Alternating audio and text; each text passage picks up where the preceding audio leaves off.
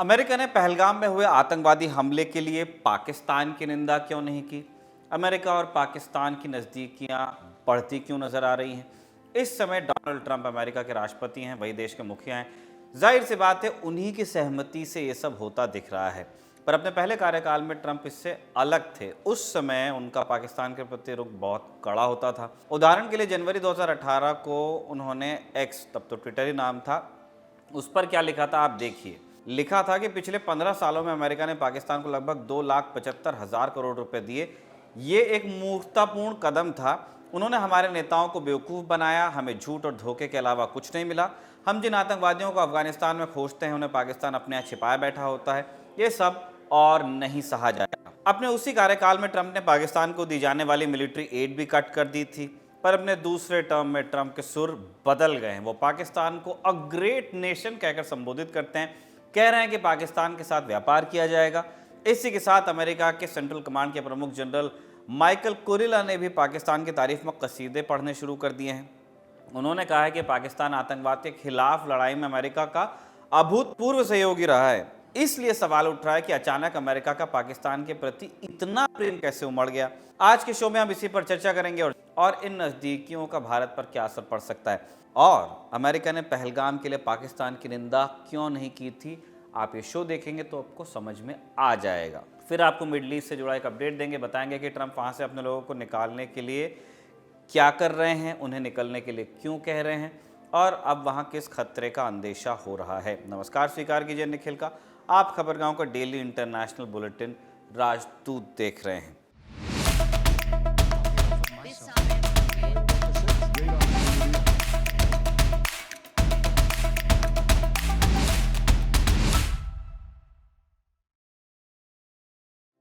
20 जनवरी 2025 को ट्रंप ने दूसरी बार राष्ट्रपति पद की शपथ ली। राष्ट्रपति जरदारी और पीएम शहबाज शरीफ ने ट्रंप को बधाई दी। उम्मीद जता रहे थे कि ट्रंप के इस कार्यकाल में अमेरिका पाकिस्तान के संबंध बेहतर होंगे, लेकिन ट्रंप के राष्ट्रपति बनने के चंद दिन बाद ही अमेरिका के 2 सांसदों ने विदेश मंत्री मार्को रूबियो को चिट्ठी लिखी। इसमें उन्होंने पाकिस्तान के पूर्व प्रधानमंत्री इमरान खान की रिहाई की मांग की। इससे पाकिस्तान की सरकार को निराशा हुई, क्योंकि वो नहीं चाहते कि इमरान जेल से बाहर आए। बहरहाल, इस चिट्ठी का कोई खास असर तो नहीं हुआ। राष्ट्रपति बनते ही ट्रंप ने अपने करीबी बंदे को पाकिस्तान भेजा। उस खास बंदे का नाम था जेंट्री थॉमस बीच। जेंट्री डोनाल्ड ट्रंप के बड़े बेटे ट्रंप जूनियर के दोस्त हैं। ब्रिटिश अखबार गार्डियन के मुताबिक 2016 में जेंट्री ने ट्रंप के चुनावी कैंपेन के लिए लाखों डॉलर जुटाए थे, यानी ट्रंप परिवार के करीबी हैं। पाकिस्तान जाने के बाद जेंट्री ने न केवल पाकिस्तान के पीएम शहबाज शरीफ से मुलाकात की, बल्कि वहां के मेन आदमी यानी आर्मी चीफ आसिम मुनीर से भी जेंट्री की घंटों बातचीत हुई। तब वो जनरल हुआ करते थे। उस समय जेंट्री ने पाकिस्तानी अखबार डॉन से कहा था कि राष्ट्रपति ट्रंप आर्थिक कूटनीति में विश्वास करते हैं और मेरा मौजूदा दौरा इसी प्रयास का हिस्सा है। उन्होंने ये भी कहा कि हम पाकिस्तान में कई अलग अलग क्षेत्रों में अरबों डॉलर का निवेश करना चाहते हैं, जिसमें खनिज और रियल एस्टेट शामिल है। हम पाकिस्तान में हाई एंड और लग्जरी प्रॉपर्टीज बनाना चाहते हैं। ये ट्रंप से जुड़े लोग हर जगह प्रॉपर्टी ही बनाते हैं ना, गजा में भी प्रॉपर्टी बनाना है, पाकिस्तान में भी बनाना है। जेंट्री के दौरे के बाद अगली हलचल हुई फरवरी महीने में। ट्रंप ने इसी महीने पाकिस्तान को लगभग 3,500 करोड़ की मदद दी। ये पैसा F-16 फाइटर जेट्स के रख रखाव में इस्तेमाल होना था, और ये पैसे पाकिस्तान को आतंकवाद से लड़ने के प्रयास के लिए दिए गए थे। ट्रंप का ये कदम इसलिए भी चौंकाने वाला था क्योंकि कुछ दिन पहले ही उन्होंने दूसरे देशों को दी जाने वाली मदद पर खुद पाबंदी लगाई। लेकिन पाकिस्तान का जब जिक्र आया तो वो अपने कहे से पलट गए। क्यों पलट गए, आगे समझ में आएगा। फिर आई 26 अप्रैल 2025 की तारीख। इस दिन डोनाल्ड ट्रंप की पारिवारिक कंपनी ने पाकिस्तान की सरकार के साथ एक बड़ी क्रिप्टो डील साइन की। इस डील के बारे में आपको ब्रीफ में बता देते हैं। मार्च 2025 में पाकिस्तान की सरकार ने पाकिस्तान क्रिप्टो काउंसिल यानी PCC बनाया। मकसद था पाकिस्तान में क्रिप्टो के मार्केट को बढ़ाना। पाकिस्तान के इस क्रिप्टो काउंसिल के बाद डोनाल्ड ट्रंप की पारिवारिक कंपनी से शुरू हुई। कौन सी? वर्ल्ड लिबर्टी फाइनेंशियल यानी WLF। पिछले साल ये कंपनी बनाई गई थी। कंपनी की 60% हिस्सेदारी ट्रंप के परिवार की है। ट्रंप के बेटे एरिक और डोनाल्ड ट्रंप जूनियर इस कंपनी का काम देखते हैं। ट्रंप के राष्ट्रपति बनने से पहले तक इस कंपनी ने सिर्फ 23 करोड़ रुपए का बिजनेस किया था, पर जैसे ही ट्रंप ने राष्ट्रपति की कुर्सी संभाली, इस कंपनी के वारे न्यारे हो गए। दुनिया के कई बड़े लोगों ने इसमें हजारों करोड़ रुपए इन्वेस्ट किए, क्योंकि सब जानते थे कि ट्रंप को कैसे सेट करना है फायदा पहुंचा करके, यानी वहां मक्खन लगाइए फिर अपना काम निकालिए। अमेरिकी अखबार न्यूयॉर्क टाइम्स ने WLF पर एक विस्तृत इन्वेस्टिगेटिव रिपोर्ट छापी। इसमें बताया गया कि कैसे इस कंपनी ने सरकारी इन्फ्लुएंस का गलत इस्तेमाल किया है, फ़ायदा उठाया है।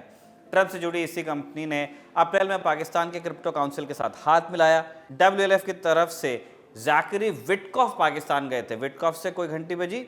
विटकॉफ ने खुद प्लेटफॉर्म एक्स पर ये जानकारी पोस्ट की थी, तब आपको ट्वीट नजर भी आ रहा है। ज़ाकरी विटकॉफ ट्रंप के बेस्ट फ्रेंड स्टीव विटकॉफ के बेटे हैं। स्टीव विटकॉफ ट्रंप की सरकार में मिडल ईस्ट में विशेष दूत का काम कर रहे हैं। यानी पाकिस्तान के साथ जो डील हुई उसमें ट्रंप और उनके करीबी लोगों का ही इन्वॉल्वमेंट था और ट्रंप का ही फायदा हो रहा था इस क्रिप्टो बिजनेस से। मार्च महीने में ही ट्रंप कांग्रेस के जॉइंट सेशन को संबोधित कर रहे थे। इस दौरान उन्होंने एक आतंकवादी को पकड़ने के लिए पाकिस्तान का शुक्रिया अदा किया। कहा कि पाकिस्तान की मदद के बिना ही नहीं हो पाता, मदद तभी भी ले लेनी चाहिए थी जब वहाँ पे ओसामा बिन लादेन मिला। खैर, शहबाज शरीफ ने भी इसके बाद ट्वीट किया, ट्रंप का शुक्रिया अदा किया। हुआ क्या था, मार्च में पाकिस्तान ने मोहम्मद शरीफुल्लाह नाम के आतंकी को गिरफ्तार किया। ये इस्लामिक स्टेट से जुड़ा आतंकवादी था और इसने 2021 में अफगानिस्तान से अमेरिका की वापसी के समय बम ब्लास्ट किया था, जिसमें 13 अमेरिकी मारे गए। मीडिया रिपोर्ट के मुताबिक इसके बाद अमेरिका की FBI और पाकिस्तान की ISI ने मिलकर ऑपरेशन चलाया और इस आतंकवादी को पकड़ा। अगेन पाकिस्तान से ही पकड़ा, बाद में इसे पाकिस्तान ने प्रत्यर्पित किया, अमेरिका भेज दिया। फिर आई 22 अप्रैल की तारीख, कश्मीर के पहलगाम में आतंकवादी हमला हुआ। पाकिस्तानी आतंकवादियों ने भारतीयों को उनका धन पूछ पूछ के मारा। इसके बदले में भारत ने पाकिस्तान के आतंकवादी अड्डों पर हमले किए, ऑपरेशन सिंदूर चलाया। इसके बाद पाकिस्तान ने भारत पर हमला करने की कोशिश की, कई लोगों की जान भी गई, जम्मू में, पुंछ में, तंगधार में, उरी में। मई महीने में यह तनाव चरम पर पहुंचा। फिर 10 मई 2025 को ट्रंप ने युद्ध विराम की घोषणा कर दी। खुद ट्रुथ सोशल पर लिखा कि मैंने युद्ध रुकवाया है। भारत ने कहा कि युद्ध रोकने का प्रस्ताव पाकिस्तान की तरफ से आया था। भारत ने अभी तक जंग रोकने के लिए डोनाल्ड ट्रंप को क्रेडिट नहीं दिया है। बार बार यही कहा कि हमें तो पाकिस्तान ने कहा था, तभी हमने सीज फायर किया, लेकिन पाकिस्तान ने खुलकर ट्रंप और अमेरिका की सरकार को इसका क्रेडिट दिया है। ट्रंप हर हफ्ते 2 हफ्ते में 1 दर्जन से ज़्यादा बार कह चुके हैं कि मैंने जंग रुकवाई, क्रेडिट खुद ले लेते हैं। कहते हैं कि परमाणु शक्तियों के बीच जंग रुकवा दी। एक और बात, जंग रुकवाने का दावा करने के साथ साथ ट्रंप ने भारत और पाकिस्तान को कश्मीर समस्या को सुलझाने का प्रस्ताव भी दिया था, जबकि क्लिंटन के ज़माने से अमेरिका की आधिकारिक लाइन ये रही है कि कश्मीर भारत और पाकिस्तान के बीच का मामला है। ट्रंप ने चौधरी बनने के चक्कर में कश्मीर का राग भी अलाप लिया है। इस घटना के बाद ट्रंप कई मौकों पर पाकिस्तान की तारीफ कर चुके हैं, ग्रेट नेशन बोल रहे हैं। पाकिस्तान के साथ लड़ाई के बाद भारत ने दुनिया के अलग अलग हिस्सों में अपने डेलीगेशंस भेजे हैं। इनमें पक्ष और विपक्ष दोनों के लोग शामिल थे। पाकिस्तान ने भी इसी तरह के डेलीगेशन कई मुल्कों में रवाना किए जो अपने देश के पक्ष में माहौल बनाने में जुटे हैं। पिछले दिनों भारत का एक डेलीगेशन अमेरिका में भी था। कांग्रेस सांसद शशि थरूर भी हिस्सा थे उसका। अभी उनके भारत लौटे 2 दिन भी नहीं हुए कि अमेरिका की तरफ से भारत को 2 झटके लगे।